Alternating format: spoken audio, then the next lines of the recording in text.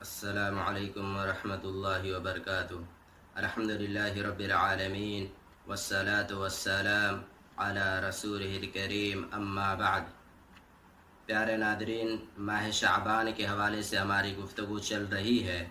پچھلے درس میں ماہ شعبان کی فضیلت اور ماہ شعبان میں زیادہ روزہ رکھنے کی حکمت کیا ہے، اسی طریقے سے 15ویں شعبان کے بعد روزہ رکھ سکتے ہیں یا نہیں، اسی طریقے سے مکمل شعبان کا روزہ رکھ سکتے ہیں کہ نہیں، ان مسائل پر ہماری گفتگو ہوئی تھی۔ پیارے ناظرین، ماہ شعبان کے حوالے سے یہ ہماری آخری گفتگو ہے، اور ماہ شعبان کی 15ویں رات کے حوالے سے جو فضیلتیں لوگ بیان کرتے ہیں، یا 15ویں شعبان کی رات یا دن کے تعلق سے جو کچھ بدعات یا جو کچھ رسم و رواج لوگوں کے درمیان عام ہیں، ان کی اصل حقیقت کیا ہے، ان پر ہماری گفتگو ہوگی۔ ماہ شعبان کے 15ویں رات کے حوالے سے صرف ایک صحیح حدیث پیارے رسول صلی اللہ علیہ وسلم سے ثابت ہے۔ علامہ البانی رحمۃ اللہ علیہ نے سلسلہ الاحادیث الصحیحہ کے اندر اس حدیث کو صحیح کہا ہے۔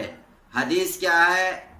اللہ کے رسول صلی اللہ علیہ وسلم ارشاد فرماتے ہیں، یطلع اللہ تبارک و تعالی الی خلقہ لیلۃ النصف من شعبان فیغفر لجمیع خلقہ الا لمشرک او مشاحن۔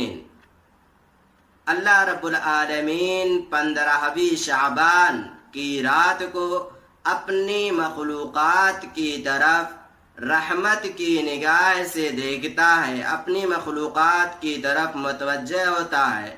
پھر اللہ رب العالمین تمام انسانوں کو بخش دیتا ہے، ان کی مغفرت کر دیتا ہے، الا لمشرکین، سوائے کافر کے۔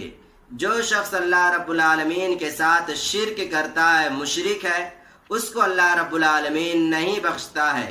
اسی طریقے سے جو شخص کینہ پرور ہے، بغض و حسد اپنے دل میں اس نے پال رکھا ہے، اپنے سینے میں اس نے بغض و حسد کی پرورش کر رکھی ہے، کینہ پرور ہے، اللہ رب العالمین ایسے شخص کو معاف ہے نہیں، اللہ رب العالمین ایسے شخص کی بخشش نہیں کرتا۔ گویا کہ اس حدیث سے 15ویں شعبان کی رات کی صرف ایک فضیلت ثابت ہوتی ہے، وہ یہ ہے کہ اللہ رب العالمین تمام کے تمام انسانوں کو سوائے کافر کے اور کینہ پرور کے سب کو بخش دیتا ہے، معاف کر دیتا ہے۔ پیارے ناظرین، ماہ شعبان کی 15ویں رات کی فضیلت کے تعلق سے صرف یہی ایک حدیث صحیح ہے۔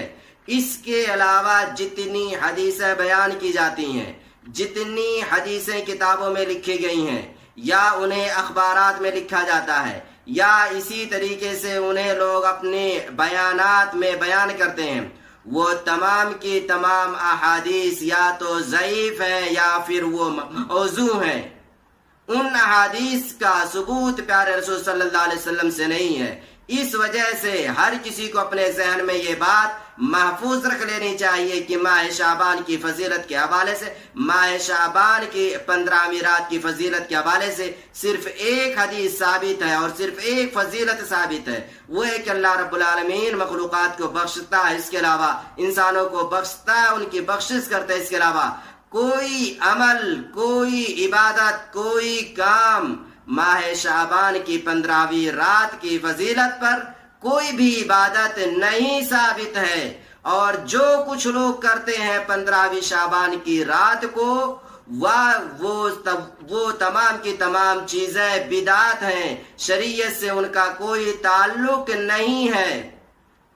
ہم اور آپ جانتے ہیں کہ شریعت کے اندر کسی بھی عمل کے ثابت ہونے کے لیے یا اللہ رب العالمین کے یہاں قبول ہونے کے لیے سب سے پہلی شرط وہ ہے اخلاص۔ نمبر 2 ہے متابعت رسول صلی اللہ علیہ وسلم کی وہ عمل اللہ کے رسول صلی اللہ علیہ وسلم سے ثابت ہو، اگر ثابت ہے تو ٹھیک ہے، وہ عمل قبول کیا جائے گا، لیکن اگر صحیح حدیث سے کتاب و سنت سے وہ عمل نہیں ثابت ہے تو کتنا بھی عظیم وہ عمل ہوگا، کتنا بھی محنت طلب وہ عمل ہے اور ہماری نگاہوں میں کتنا عظیم نہ ہو، وہ اللہ رب العالمین کے یہاں قبول نہیں کیا جائے گا، بلکہ اس کا شمار بدعات میں کیا جائے گا۔ دین میں نئی نئی چیزیں جو ایجاد کر لی گئی ہیں ان میں کیا جائے گا۔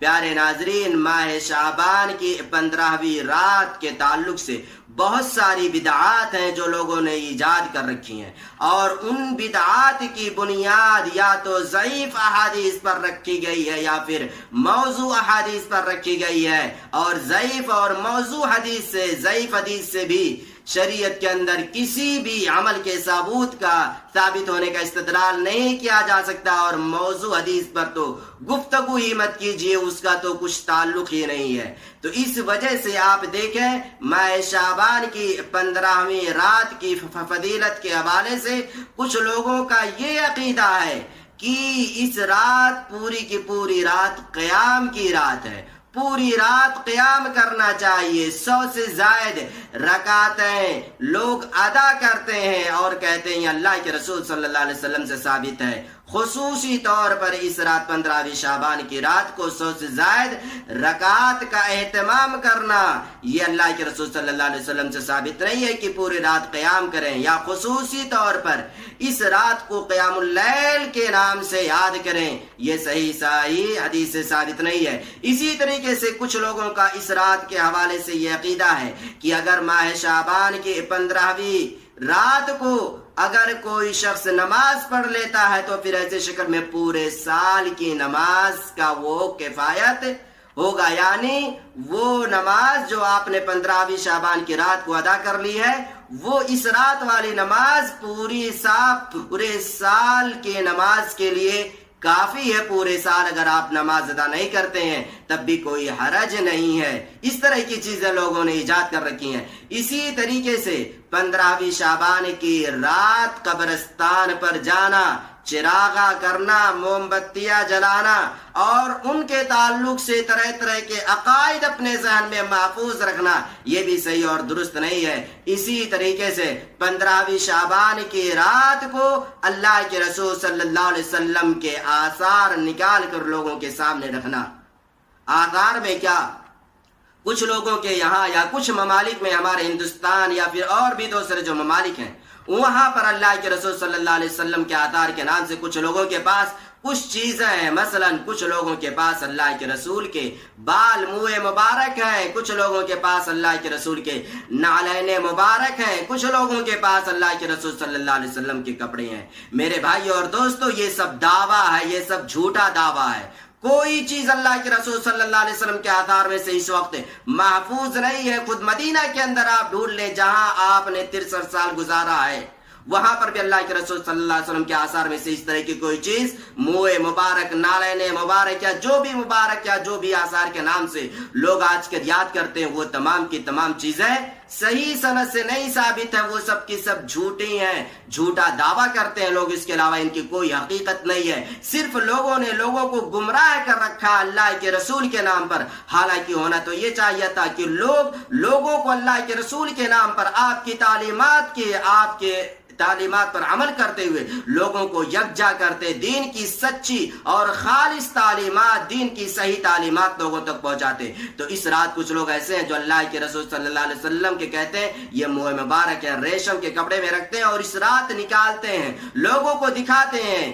یہ تمام کی تمام چیزیں بدعت، اور اس طرح کی کوئی بھی چیز اللہ کے رسول صلی اللہ علیہ وسلم کی اس وقت باقی نہیں ہے۔ علامہ البانی رحمۃ اللہ علیہ نے اپنی کتاب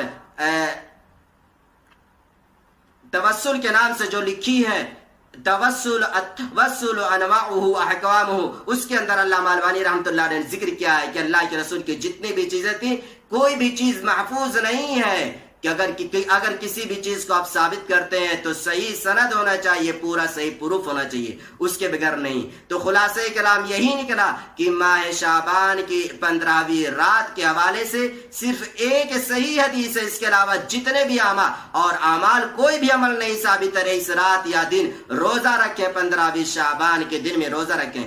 صرف ایک صحیح حدیث ثابت ہے. اس کے علاوہ جو بھی چیزیں لوگ انجام دیتے ہیں، قبرستان پر جاتے ہیں، آتش بازی کرتے ہیں، چراغا کرتے ہیں، محفلیں جماتے ہیں، یا اللہ کے رسول صلی اللہ علیہ وسلم کے آثار کے نام پر لوگوں کو اکٹھا کرتے ہیں، یہ تمام کی تمام چیزیں جھوٹی ہیں، واہیات ہیں. یہ تمام کی تمام چیزیں بدعات ہیں، ایک طرح سے لوگوں کو گمراہ کرنا، اس کے علاوہ اور کچھ نہیں ہے. تو جو بھی چیزیں آپ دیکھیں اگر صحیح حدیث سے مل جاتی ہیں تو ٹھیک ہے، ورنہ پھر ایسی شکل میں کوئی بھی چیز اللہ تبارک و تعالیٰ کے قابل قبول نہیں ہوگی. اللہ رب العالمین ہمیں دین کی تعلیمات پر عمل کرنے کی توفیق دے.